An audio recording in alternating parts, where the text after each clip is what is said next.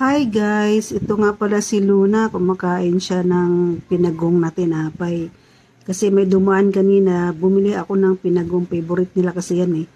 Kaya ayan si Coco, kakabigay ko lang kalahati na agad yung tinapay niyang natira. Gustong gusto nila ang pinagong, masarap naman kasi ang lasa eh. Oh, matigas na malasa. 'Di ba guys? Pinagong na tinapay, masarap talaga. Marunong pumili ng tinapay tong aso ko eh. Kapag binibigyan ko ng pandesal, ayaw. Pero basta pinagong na tinapay ang ibibigay ko, gustong gusto nila ang lasa. Kaya tingnan mo yan si Luna guys, oh. Kakaunti na lang, oh. Gustong gusto niya ang tinapay na pinagong. Yan ang merienda nila ngayong 3:00 ng hapon. Every time na dadaan yung nagtitinda